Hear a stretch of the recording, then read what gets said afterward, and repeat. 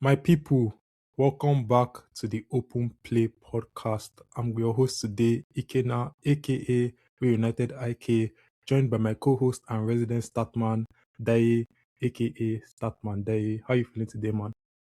Doing good, man. I'm doing good. Looking forward to this one. I know we've not been able to get this done this earlier Yeah, than we would have wanted to, but glad that we can be able to get this over with. Excited about this one actually. yes, sir. Me too. Because this one's going to be kind of like a different one because we're doing more of a scouting episode today, and we're going to be talking about a player who is quite popular in the stats community, quite popular in La Liga, and quite popular around Real Madrid fans as well. And they being a very renowned member of the stats community, and I being a Real Madrid fan, I feel like we are well qualified to talk about this player, and that player is going to be Alvaro Rodriguez. That might be a familiar name for some of you. That might not be a familiar name for some of you, but that's what this episode is for. So, Dai, you being the statsman in the group, you being the guy. I'm going to leave it over to you to talk about this guy a bit. Yeah. So Alvaro Rodriguez, just getting like the simple numbers out of the way. 24 matches played, 1,528 minutes. So it's hitting that 1,500 threshold where you can like really start to get an idea of what the guy is. 5 goals, 4 assists, so 9 goal contributions against 24 matches. Really fun player in my opinion because he does a lot of like what I consider to be like modern day forward play. Really, really impressive, like physical tools in terms of like he's like an aerial monster, like hold up play, and then because of how good he is aerially, natural transition into his hold up play. There's a lot of like really good stuff you get with him back to goal. And even when he's not, he's just like a really good outlet on goal kicks Mhm. or on long balls. Really good aerial dominance. What makes him really impressive, a combination of that aerial dominance is really, really high technical floor. Completes about 1.71 or 2, I think the number is just here re-referencing um the amount of dribbles he contributes again 1.71, yeah, is the 89th percentile at a 51.8% clip, 73rd percentile for forwards in La Liga. This is kind of just like the kind of stuff that forwards don't do, at least strikers who are 6'3", Mm. who don't, like players like this don't exist. The recent examples of players in a very similar mold, but like they do have very different, and I'll kind of get onto that a bit later. Nick Voltemed at Newcastle United and Hugo Ekitike at Liverpool, of this like really modern forward who is adept at all aspects of final third processing. So that's like aerial duels winning, passes into dangerous areas, smart passes, progressive carries, just like innate maturity Mm. for players like who are this tall. It's a very rare archetype, and I think that as you see this shift to teams wanting more control, more presence, and just like a general optic, these are the kind of forwards you get. And I think that Alvaro Rodriguez is really good at that. Marginal play is the term I use to describe like winning on the quote unquote margins.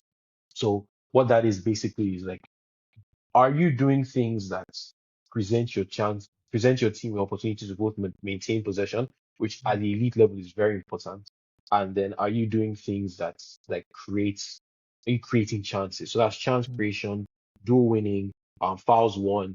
So for example, he's winning 2 fouls a game. That's 73rd percentile. 9.66 duels won per 90 is a 97th percentile number. Wow. Um, these are basically just like things you want out of forwards who like are going to be tasked with like having the ball in their feet to us. Fouls winning is one of the most important stats out there for me, just in terms of like evaluating offensive processing. Mm-hmm. Just because when you have players who win fouls, you have players who retain possession because Mm-hmm. when you win a foul, you get the ball back. You can reset your scheme. So if you're like a high possession team that wants to work across the back line over and over again until you can find space. These are the kind of players you like to have.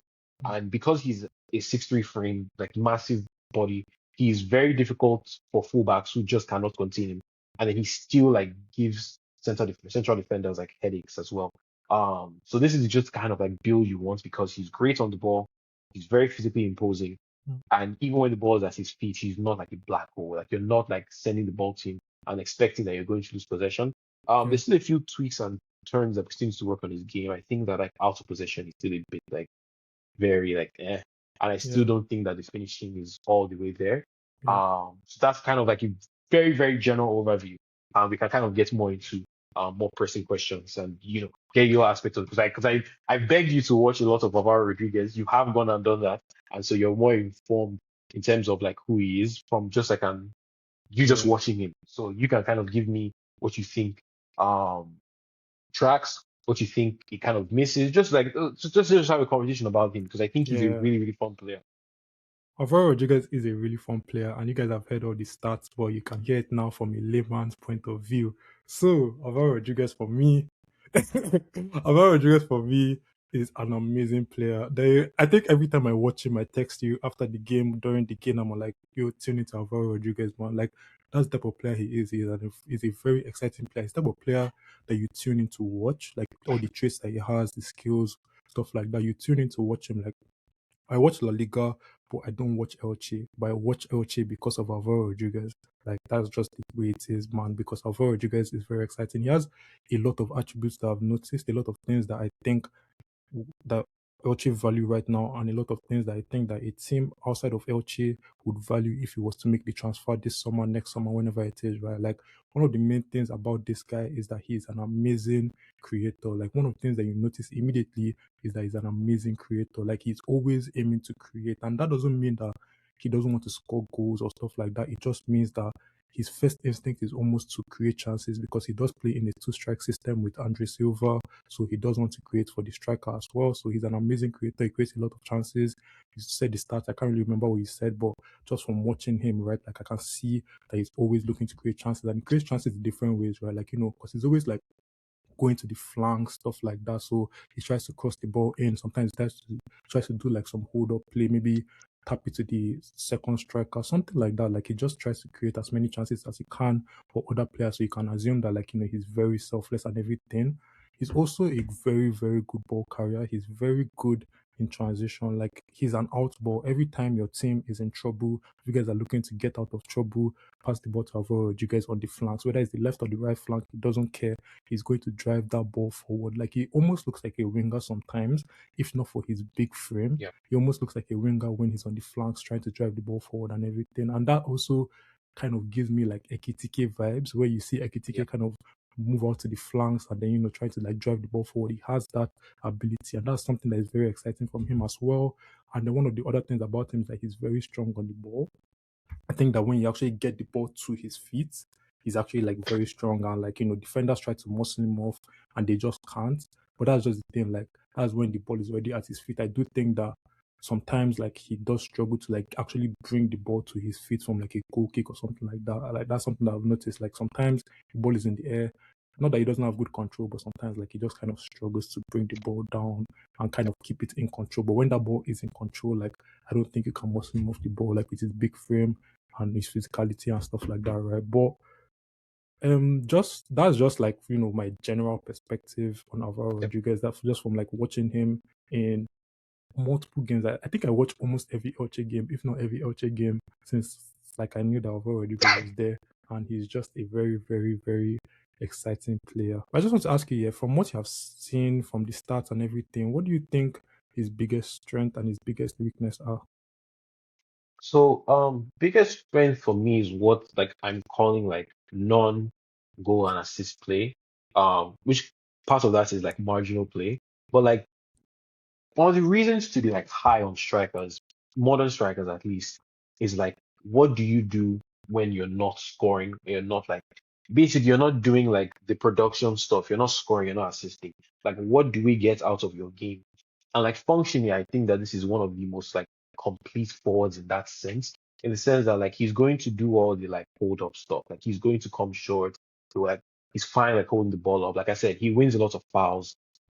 So you're going to retain possession like if he gets on the ball, like especially for like I think this like has like a fine ability to scale to like a bigger club where Yeah, like you have someone who gives you stuff outside of like scoring and assisting the ball, which of course are like important things when you're considering like the whole point of football is who scores the most yeah, goals, who like creates the most chances.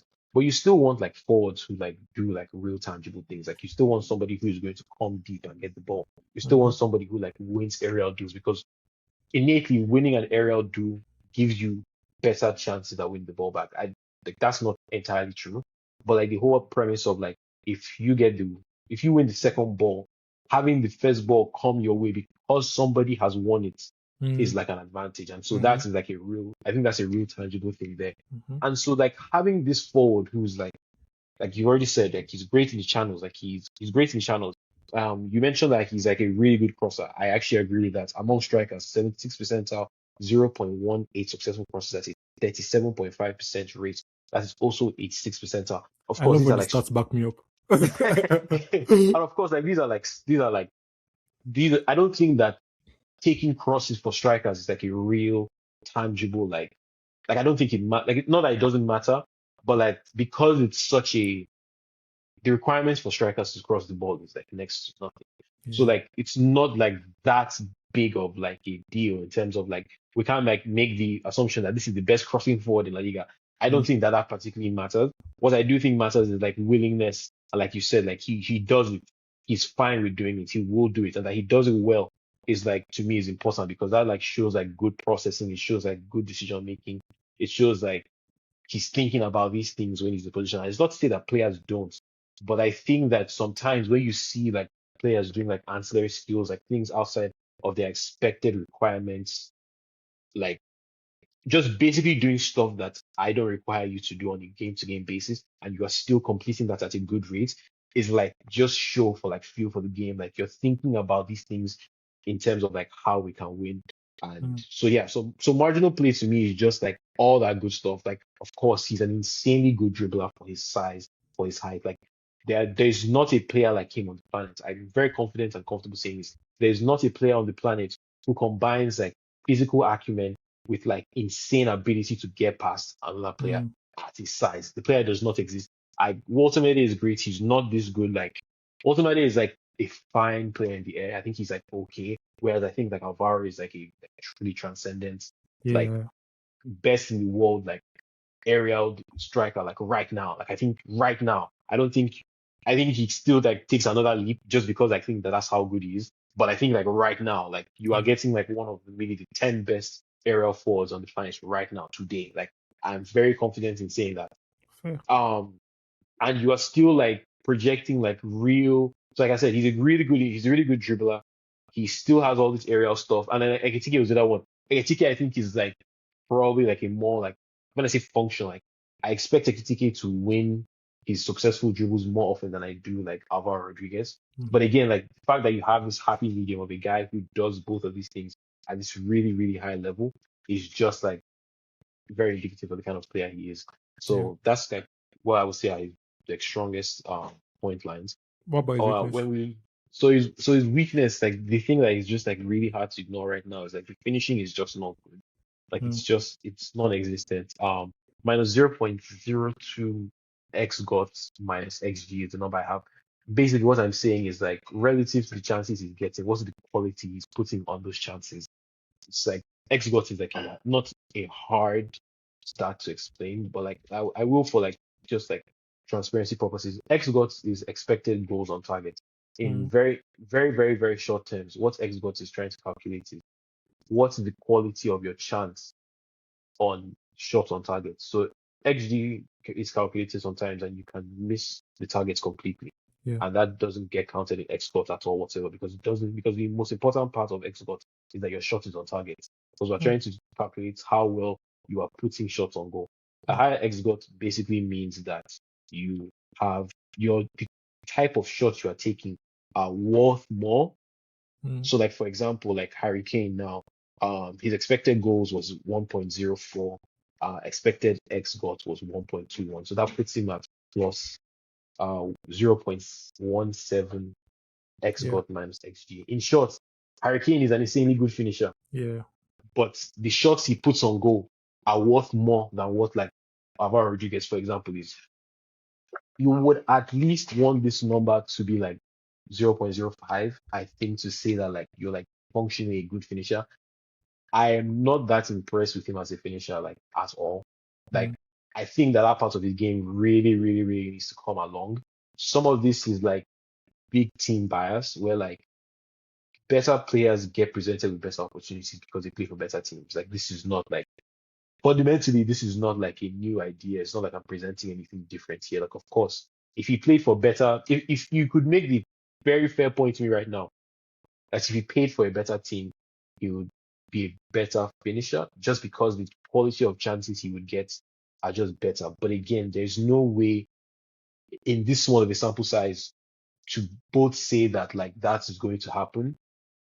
And then I can still accept that like the sample size doesn't also necessarily say that he's like not a good finisher. Mm. My point is more so that at this point I just don't like I mean, but then even within that, I still do not find myself massively impressed with like the kinds of shots he takes. Some Do you of that think like there's is just anything there that has to do with his hunger for goals? Like, do you think he's goal hungry enough? I don't know if it's a goal hunger thing. I think it might just like functionally be like I think some of his technique needs to be cleaned up. Like sometimes he processes the game very well, but I just don't think like the skill level in terms of like as a finisher is there yet at all to like the way his brain like process. Like, so he will still like generate what you can consider to be good chances. Mm-hmm. Um, like he has like this season, I think the number is he's generated 6.42 XG and it's led to 5 goals. Like when you consider that he's playing for what is effectively a team that's fighting relegation, like Yep. that's like fine. It's all that is fine. And again, like when he's playing with better teammates, like you can still see some of that tracking. But then at the same time, you still have to be careful because like you still want somebody who's like putting chances away like Yeah. more than you would expect it to be. Mm. I don't know if it's a hunger thing just because like I think anybody who's a striker in a real way is still like I know what you are asking. I know it's not you stating that like he's not like doesn't want it. Yeah. I think that he is I think because of how intelligent he is in terms of like the way he processes in the final third, he's just always thinking about making better decisions and making better chances. So It's like the kind same of like reason why overthinking it. exactly. So I think some of this is he doesn't have a natural goal scoring instinct. And this is what Mm. I noted down that I think long term, like if he wants to play as a nine, like some of that finishing has to come along. Some of the like instinctive stuff needs to come along. And if it never is going to, like he's just going to be capped as like a guy who at best you can play. Like he's never going to lead a line. Like would not feel confident right now if like I signed him and he was like my main striker, just because like you still want a player who's going to finish chances at large. Yeah. And I just don't think he's demonstrated that yet. Funny enough, that was actually the question I was going to ask you. Do you think that he can lead the line on his own? Because right now, we I know that he's playing in a two-strike system with Andre Silva, right? And sometimes there's kind of like I'll say like people kind of hold off on signing people that play in two-strike systems because like they don't know if that person can actually lead the line on their own, especially like a player like Alvaro Rodríguez with all these like traits of like a winger and a 10 is like, okay, if you put him up top on his own, can he lead the line? Would he have that presence of a striker? Can he take his chances? Or does it depend on other people to take their chances? Like that type of thing. So everything that I've said, like, do you think that he can ever lead the line on his own? ever is like a really strong term, just because like you're asking me to project his career, Mm, and I just think I think that I don't want to say that finishing is like an easy skill to pick up. Of course, like it just frankly is not like the kinds of players who go on to be like not even like I'm not even talking about like stable finishers where like you're scoring at around the XG you're supposed to be. I'm talking about like the Kanes and the Mbappes who like consistently overperform. The list of guys who do that year on year is not more than 10. Like it's a mm, very short list of guys who like year on year are not like underperforming or over like who are not like underperforming or are like stable. I'm talking about like you based on the quality of chances we give you on a game to game basis, like you are performing at exactly what we expect you to be. Like that list is very short. So like I think like some of the optimism still has to be that, if we can even just get this guy to like being stable, like he's not that far off from being like just like a stable mm, finisher. But then again, some of that has to do with like what do we say about forwards who are still performing around where they need to be, given the limited like shot diet that they're going to have? Like he's not taking that many shots a game. If Mm-hmm. that number scales up, are we talking about like you still want like when you're evaluating like strikers who are not like at a level where he's not like if we're just looking at the pyramid or in terms of like football pyramid, you have your elite clubs, you have the clubs that are right there, you have like the mid-table guys, you have the guys who are probably going to fight in relegation, and then you have like your worst teams. When you're evaluating guys who are like still in this 3-4 range, where like you haven't played with like an elite player, yes. You just like Yeah, all the respect to El Shea and and ignoring the periods of time where he would have come on for like 5 minutes at Real. yeah, You haven't had this sustained period of playing with like truly world class players. We need to have some level of like balanced evaluation where we're talking about like if player X scores, if player X takes more shots, like is mm, it going to scale? Like not to go further off the tangent, but this is like reasons why like guys like Semenyo were like was like a very easy bet because Semenyo takes a lot of shots, takes a yeah, lot of very good shots. And so seeing that scale at a bigger club like City is not hard to do because you yeah, don't expect that somebody who can generate shots on a consistent basis at a worse club, all due respect to Bournemouth when talking about Manchester City, that stuff is just going to scale because there isn't like you're not asking a small diet player to take a massive leap. You're mm, asking a guy who already understands what a high workload is to probably even take less shots. mm, So, anyways, I say all this to say that like you know, the the lead line stuff right now is like really tough. I think that if he wants to elevate himself into the next like a truly plus leap, where we're yeah, talking about one of the like 15 best strikers on the planet, maybe even like 10, is mm-hmm. that the finishing needs to come along Yeah, not even to like a truly elite level, but we need to be talking about a guy that if you present him with like 20 xg, like I need like 18 goals, and yeah, that needs to be consistent. And that is a hard number to ask for of any anybody. player. Yeah, So it's tough, but I do think that right now I'm like perfectly fine if he's like the second guy in my attack. Like if he's not maybe not a second striker per se, but like the but like second, like not the main man. not my main guy. Like if you're the guy behind my guy. Yeah, Maybe I'm not behind in terms of like if we're going one system, like you're going to sit on the bench, yeah, or if you're we can play you and we can kind of have fun with how we play you. yeah, If we're, but if it's a consistent 2-man system, I'm perfectly fine with that right now, especially definitely. at like the 6 to 10, just using the Premier League, the 6 to 10 range, and then we can kind of like start seeing if because I don't know if he's entirely ready to make the jump back to like a Real Madrid and Arsenal, the PSG, Yeah. where like he's playing for the elite of the elite clubs. Mm. I mean, what's it called? It also, I guess for him as well, it depends on the players around him, and it also Of course, depends on the system because some of course. systems require like somebody that can actually like take those chances, lead the line on their own, and some systems just require that you can create for the players around you. Because look I at agree. Liverpool with Firmino, Salah, Mane. Like as much as Firmino could take his chances, like his primary job was to be that guy creating for Salah, Mane, whether it was space, whether it was chances, whatever it was. Like he was kind of playing as a 10, false nine, whatever you want to call it, right? So it depends on that as well. And I guess that if he does play with like high quality players, like you said, then it wouldn't matter as much. I don't want to say it wouldn't matter because it does matter that his striker scores goals, but it doesn't matter as much the amount of goals that he scores. And like you said, maybe goal scoring is not easy. Maybe learning goal scoring is not easy, but it's something that can be learned. And I think that one day he can eventually learn on his own if he wanted to. Yeah, just one more point I had there because when I redid this because I sent you my notes before Yeah. we started the pod here because I kind of wanted you to get an idea of like my process and then we can kind of be able to share that what exactly we're looking at.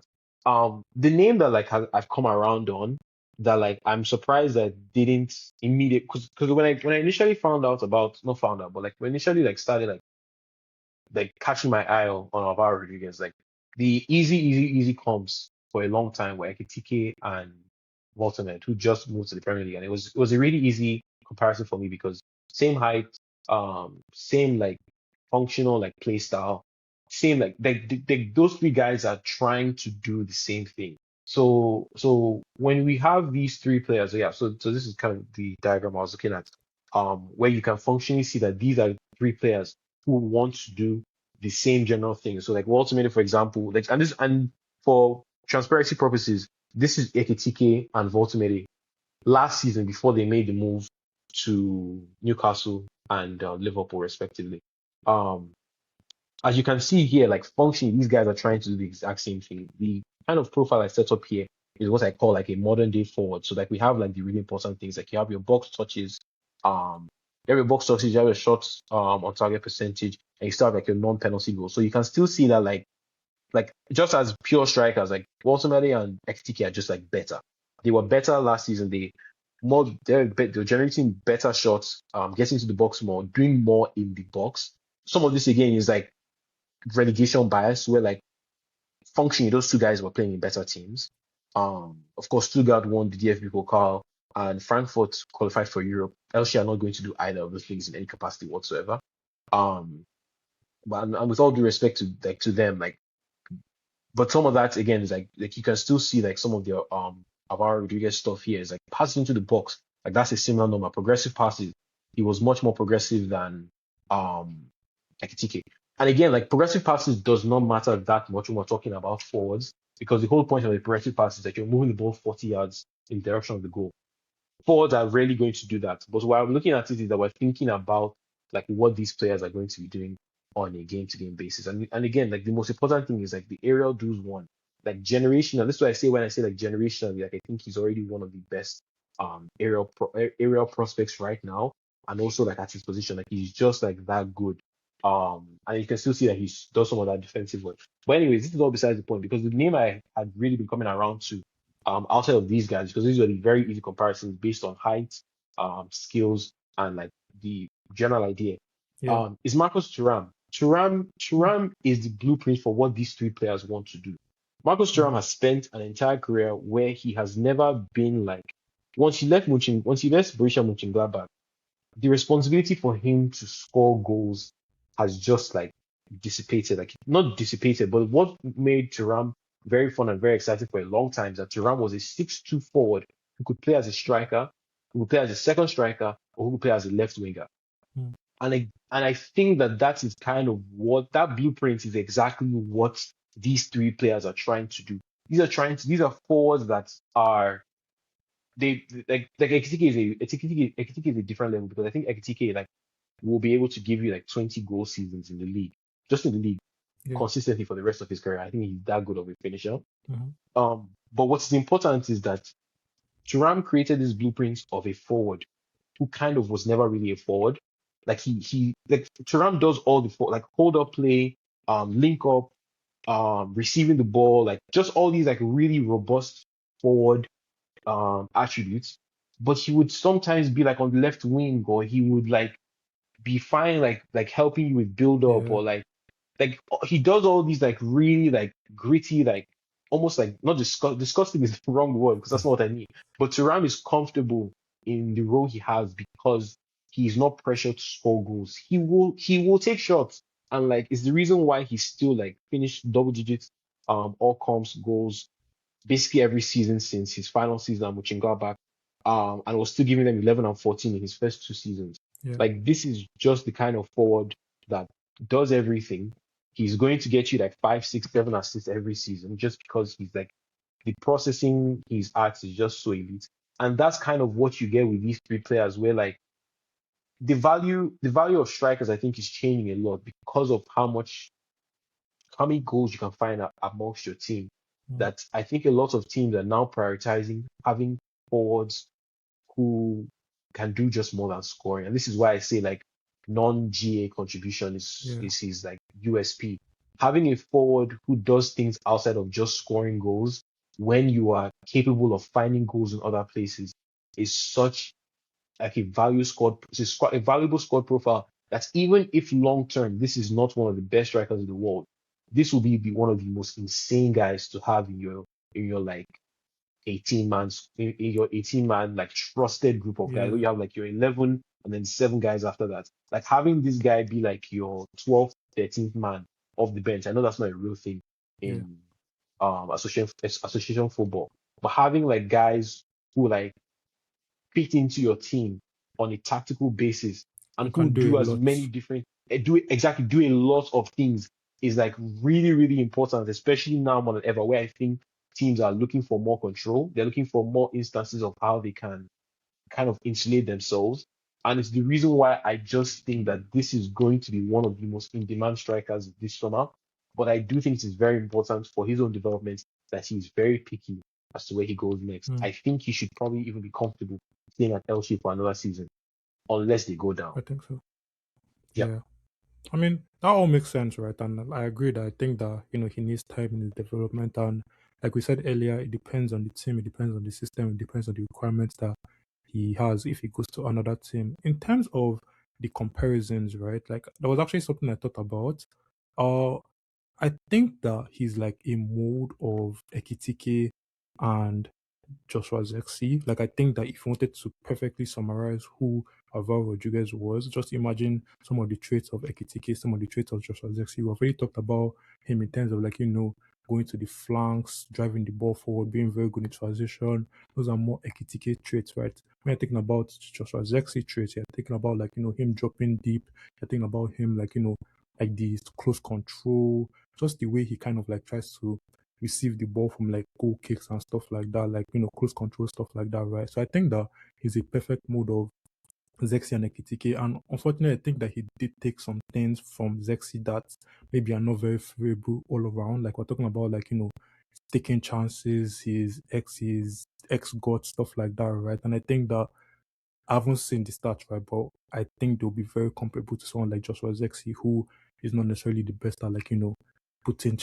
putting quality chances away, stuff like putting chances on target, stuff like that, right? So I think that he did take some of the bad traits off of Joshua Zexi, but I think that overall, Alvaro Rodriguez is the perfect combination of Zexi and Ekitike. What do you think? Yeah, I actually really like that comparison. As you mentioned it, I said I was going to pull it up and throw it into my modern forward template just to kind of see if there's any salt to that, because I think you might be onto something there. Yeah, yeah, I kind of do agree. Actually, it's You actually see, scary you how see good this me, is. yeah. You see me, yeah. You see data I'm gonna stats, stuff like that. Like, I'm how about the me? I watch it and I tell you what I see. I watch I'm it going and to I send tell you. I'm actually going to send this to you so that you can throw it up. Um, so for like for posterity's sakes, like I've also done um Xerxes at Bologna just because like I don't want to use a sample size where like Xerxes has just not got to play very much at Man United. Um, it's just like it's not 1,000. It's just not 1,000 minutes, and I want to use the season in which he was like quote unquote good. Hmm. Um, so yeah, so I've sent that over to you. Yeah, you're actually like really spot on about this. Like there's a lot of like you're going to get a lot of like the smart like um you're going to get a lot of like the smart like technical play. But just in terms of like a pure like non-penalty goals, like shot on target percentage, like you're just these are like functioning like, yeah, so these are functioning the same player. Like non-goals on target, non-penalty goals on target, shots on target, like box touches. You just don't have forwards that are like I don't say hungry because I think some of these things can just be like environmental. Like I think Joshua Xerxes, of course, is not a goal scoring forward, but he just doesn't have the necessary. I think what makes Xerxes a tough one is that like while I think that and it's right there in the graphic, it shows you it's the one thing that they're so different at. The aerial presence is just not the same. Yeah, Like Xerxes just does not for someone who is I think Xerxes is like 6'3" like or 6'3", like six something three. like he's tall. He's a great but he's very lean. He's very the physicality is not there. He doesn't throw his weight around. Yeah. He doesn't win aerial duels. Like Hmm. this is not a player that has like real box presence. Um, and so I just think that when we're looking at it just from that aspect, like it's kind of a tough one. But I do agree with you because I think that this is actually a really good comparison. When we're just talking about like the templates of being like modern day forwards, like final third passes, like Xerxes was always more elite just because, and I think again that's like some of that just comes down to be like a more calm. He's like a calm. I can think Xerxes has like a 9.5, where Mm, like he doesn't feel like a 9.5. striker. He's 9.5, yeah. Like he doesn't feel like he's not a striker. He like fundamentally like the problem with Xerxes is like he's not a striker. He doesn't do a lot of the really Like really the striker striker stuff. things. Yeah. The striker things like at a very elite level. But Mm-hmm. like he's not like this insane like creator that can pick out a pass like 10 out Facts. of 10 times. He's He's more of like a just ball carrier, kind he's of a, yeah. like glides around the pitch, stuff like that. Like he doesn't really add value to the attack. And because he's not like a blistering like he's I think he's like fine. I think he's like fine in terms of like his sprinting speed, acceleration, just like physical tools. Mm-hmm. Because he's not like a like if he had blistering pace, Yeah. the easy solution to this was just put him on the wing and call it a day. Like Mm, you'd have converted him into a winger. He could have used all the carrying and like really smart play he has to like be deceptive on the wing, mm-hmm. but he's just not that either. And that actually, now that you bring up Xerxes, is actually like this is I'm really really glad that you are like really really on the nose about some of this stuff, because Xerxes is like a really good cautionary tale of like how this Alvaro Rodriguez thing could end up. And it's Mm. not even fair to I keep pronouncing it wrong. Exactly. Xerxes, who is like 24 and still has like I don't know, like 6, 7, 8 prime years left in him. Like Yeah. he's like this can still be like a contributing forward. And I think some of this is like recruitment, like dopamine. Like we get like we because players don't initially bang, we kind of like write them off for the rest of the career. And so it's a bit unfair, but he is a very good cautionary tale of like the kind of forward that Alvaro Rodriguez might end up being Mm. if the attacking real goal scoring stuff never gets cleaned up. Because being Thuram is all good and well, but Thuram is good because like Thuram we may never give you 20 goals a season, but you better believe he's giving you 9 out of 10 on everything else Facts. in forward line play because he's just that intelligent. So if Rodriguez never comes along with his goal scoring stuff, and I think that is far more worrisome for him than it is with Xerxes, because Xerxes at least like has like mobility. Like Alvaro Rodriguez Yeah. is a mobile player, but like he's not that mobile. And I don't think and even though he's like a big physical presence, he's not particularly quick. He's not like when he starts getting into his gait, he's not particularly fast. He's everything you expect out of somebody who is like 6'3". And this is Mm. almost effectively what differentiates him from Ekitike and from Fortunate. Those guys look extremely silky when they are running. It Facts. looks natural for them. Mm-hmm. There's still a little bit of like clunkiness when he runs. And so because he doesn't have this like one-on-one burst where like even though he's like really intelligent on the ball, because he's not extraordinarily quick, because he doesn't lean like when he dribbles, he's not like Yeah. he's what I describe as like a functional dribbler in the sense that he's going to get past you. He's not going to do anything very particularly interesting or like he's not fun. He's Fancy. not fun. He's not fancy or he's not fun in terms of how he gets past you, but he's going to get past you. Yeah. And so like the functionality of just being able to get past the man, I think is just as important as like how good it looks. Mm. So I think that this is actually a really good thing that you bring up here, because this is the kind of player you may end up with if Worst case you don't scenario. exactly. And I don't know if that worst case scenario. The fee, of course, these things like matter based on the fee, the squad, all sorts of different things. But if you like shell out the kind of money Manchester United did when they did Xerxes, you really want some return on investment. Yeah. And I think it is like really cool that we've come out and like been like, no, like this is the kind of player that you also may end up with, as Mm. good as he is. And I do think he's going to end up like I don't think he's going to end up being here. Like I feel pretty confident in saying that. I think I've seen it enough. The numbers are kind of good enough for me. Real concerns about the finishing, I think it needs to come along. There needs to be something more there. But I do think that some of that might just be better coaching. Yeah. If he has a better manager, if he's more honed in, if he has to worry less about like, oh, where does the next goal come from? Yeah. Outside of just me like taking like 100 shots a game or whatever it is, or Creating chances on five, my six, own as well. like exactly, like I need to still get my teammates involved. Yeah. So there's so many green flags with him. I think that having guys who just play this way is going to become a very it's hard to say that it's going to become the meta Mm. because like 6'3" strikers who are this good on the ball just don't appear Exist. exist. But I do think that teams are going to like want these kind of forwards. And I think that any way you can get them is like going to be very paramount to the way some of these teams think about recruitment. So really, really fun player. I don't know if there's any other thoughts or anything else you want to talk about. No. I really just love him, man. I'm really excited to see um him at the World Cup. So yeah, so that's kind of what That was the actually the question I was going to ask. You went initial to God. premise, yeah. You're not the brother. Let me do my job, man. Let me do my job.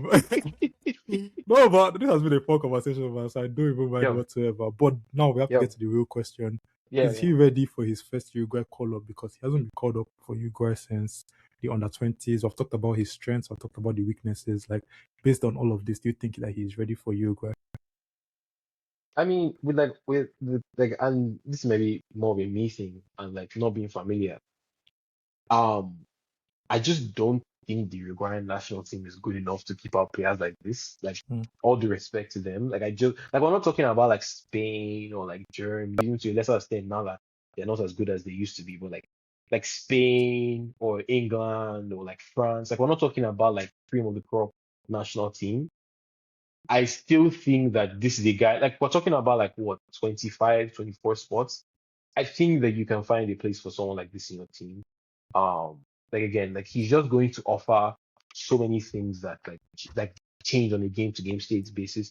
I think Uruguay are good enough that he shouldn't have to worry about like all the LJ level responsibility of creation and stuff like that. And being able to come in for like maybe like 30 minutes a game might even suit him. Just mm, because like depending on the game, like for example, like I don't know what the exact schedule is, but like okay, so they play Saudi Arabia and they play Cape Verde and they play Spain in their group H group. I can easily see them coming out to that group. So I'm thinking maybe against Saudi Arabia, maybe like 2-0 up or something. That's the kind of guy you bring on because even if you're hitting the ball long, yeah. he's still like there's still enough presence there that if he gets his head onto it, you may still win the second ball. You Mm, know, he's still going to be smart in possession if you have the ball up the field. Like he's still going to make like really good decisions. He knows how to get past players. And so this is still the kind of guy you want in your team. mhm. I think the question is less interesting just because we're talking about like, and again, it's all due respect to Uruguay because I think that is still like a very good national team. Like any team that can make the World Cup is of course a very, very good national team. Yeah. Um, but I like mean, I Nigeria just didn't don't, make it. which is kind of the point I'm making here about serious national teams, but but like and just looking at like the players that they had most recently called up, like Rodrigo Aguirre who plays in Mexico, Federico Vinas who plays in Oviedo, in Spain, Brian Rodriguez who plays in Mexico, Luciano Rodriguez who plays in Saudi Arabia, Facundo Torres who plays in America, Facundo Pelestri who plays in Greece, and Ignacio La Quinta who plays in Huescas. None of those players have racked up 40 caps. And if we even go to the more recent call-ups, the only player with 35 plus appearances across that front line, not named Facundo Pelestri, who is the most capped forward Oh, in the guys who have been called up the last 12 months, yeah. is Darwin Nunez, who of That course easy. plays over there. So I just don't think that this is the kind of national team that is talented enough to keep out somebody who I think is like genuinely like a really, really, really, really, really, really good forward. Yeah. I mean, let's So make it more interesting though. Do you yeah, think that he is ready to start for Uruguay?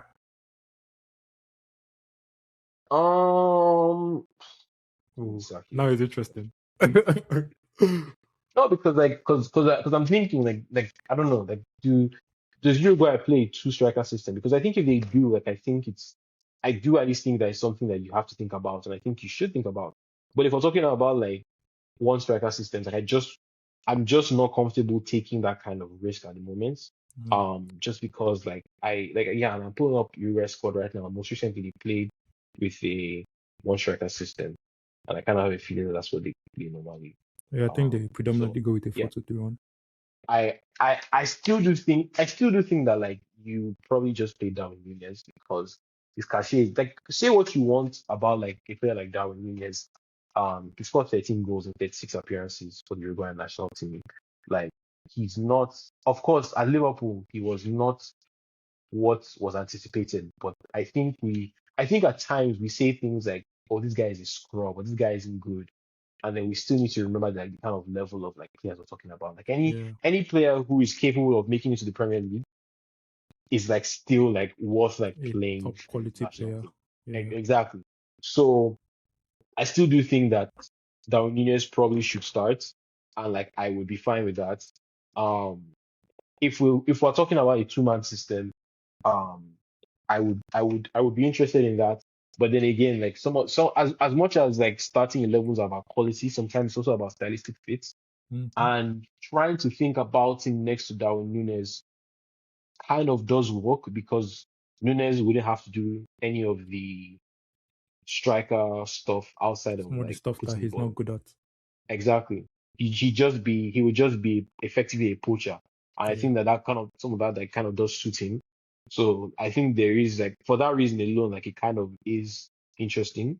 Outside of that, it kind of gets a bit tough just because like I'm not too familiar with like Aguaya and like a couple of the other yeah. forwards that they've been going to here and there. So I would say that if the situation is that I am getting Darwin Nunes as my striker, I would be really interested to play a two-man system with Alvaro Rodríguez and kind of just see how that goes. Just if for nothing else, like just to kind of get an idea as to what kind of level you have there. Mm. And I think it could be the kind of partnership that serves both players pretty well. I mean, it's something that they could test out in their upcoming friendlies, right? Like, Exactly. test it out before the World Cup, see if it works. And, we talked about Darwin Nunes and just how disrespected he is. And, it doesn't matter. For me, sometimes it doesn't matter how a player plays or is playing in league. I think that Hmm. there's just some players that when they put on the national team jersey, like it's just different. Like I'm not It's saying that different. Darwin Nunes is Yeah. like different for Uruguay, right? Yeah, But of course. I've seen it on a lot of occasions, like Memphis Depay, a lot of players. Like doesn't matter where they're playing, doesn't matter how they're playing. Put on the national team jersey, a whole It's different just player. You different. can rely on them, and I think that Darwin Nunes is one of those players that you can rely on. So whether Alvaro Rodriguez is ready to start for Uruguay is a whole different question. If Darwin Nunes is there, and I think that they should go with Darwin Nunes at the end of the day, someone that has been there before for them. But I do think that it would be interesting to experiment with like a Darwin Nunes and Alvaro Rodriguez front line, see how that goes. But they play a 4-2-3-1, and I don't know if they want to change that, right? But I mean, the question of if he's World Cup ready, just to give the general premise of the episode, I'll say he is World Cup ready. Whether he's ready to start for Uruguay, Different we'll question. say no. Yeah. Like let's Yeah. like if we want to be like give an answer, we'll say maybe Yeah. no, but maybe yes at No. the same. Like honestly, different Exactly. question, different It's question, a different and question. Yeah. it's a question that we don't really know how to answer, and we Yeah. should not answer. But we're not Yeah. ready for that. But this has been an interesting episode. I can't lie. Like I know Yeah. we It's been said fun, like man. 20 minutes, but whatever. Like this has been Yeah, it's been interesting. fun. It's It's been been really so fun. I'm interesting. really glad. Yeah, Really, really glad. Really yeah. glad. But unfortunately, the episode is going to have to come to an end right now. Thank you guys for tuning in. Please subscribe to the channel if you enjoyed the episode, if you enjoyed our content. We're seeing the love that we're getting in some of our videos. Our most recent video got like 50 views. That's the love that we want to get now. We want more subscribers, we want more followers on social media. Follow us on social media as well, TikTok, X, Instagram. I'm going to leave the links in the description. I know I always said that, but I don't think I ever did it. But I'm going to leave the links in the description. So make sure you follow us on there and subscribe to the channel. Like, comment, say your thoughts on Alvaro. You guys say your thoughts on Darwin Nunes, whoever it is. And yeah, thank you guys for tuning in so much. And it has been lovely, man. But we're going to have to bring All the this time. episode to an end, man. So yeah, see you guys next time, man. Go home, stay safe, and peace.